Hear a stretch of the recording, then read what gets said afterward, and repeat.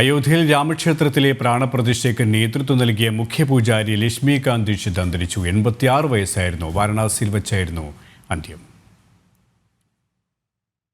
അയോധ്യയിൽ പ്രാണപ്രതിഷ്ഠയ്ക്ക് ചുക്കാൻ പിടിച്ച 121 വേദപണ്ഡിതരുടെ തലവനാണ് ലക്ഷ്മികാന്ത് ദീക്ഷിത്. വാർദ്ധക്യ സഹജമായ അസുഖങ്ങളെ തുടർന്ന് കഴിഞ്ഞ കുറച്ചു ദിവസമായി പൂർണ്ണ വിശ്രമത്തിലായിരുന്നു. ഇന്ന് രാവിലെ കാശിയിലായിരുന്നു അന്ത്യം. സംസ്കാരം ഗംഗയുടെ തീരത്ത് മണികർണിക ഘാട്ടിൽ നടക്കും. മഹാരാഷ്ട്രയിലെ സോലാപൂരിൽ ജനിച്ച ലക്ഷ്മികാന്ത് ദീക്ഷിത് കാശിയിൽ സ്ഥിരതാമസമാക്കി. യജുർവേദത്തിലും സംസ്കൃത ഭാഷയിലും അസാമാന്യ പാണ്ഡിത്യം നേടി. ലക്ഷ്മികാന്ത് ദീക്ഷിത്തിന്റെ നിര്യാണത്തിൽ പ്രധാനമന്ത്രി നരേന്ദ്രമോദി, UP മുഖ്യമന്ത്രി യോഗി ആദിത്യനാഥ് തുടങ്ങിയവർ അനുശോചിച്ചു. സമൂഹത്തിന് തീരാ നഷ്ടമാണ് ദീക്ഷിത്തിന്റെ വിയോഗമെന്ന് പ്രധാനമന്ത്രി അനുസ്മരിച്ചു. ഭാരതത്തിന്റെ സംസ്കാരത്തിനും സംസ്കൃത ഭാഷയ്ക്കുമായി അദ്ദേഹം നൽകിയ സംഭാവനകൾ എക്കാലവും ഓർമ്മിക്കപ്പെടുമെന്ന് യോഗി ആദിത്യനാഥ് എക്സിൽ കുറിച്ചു.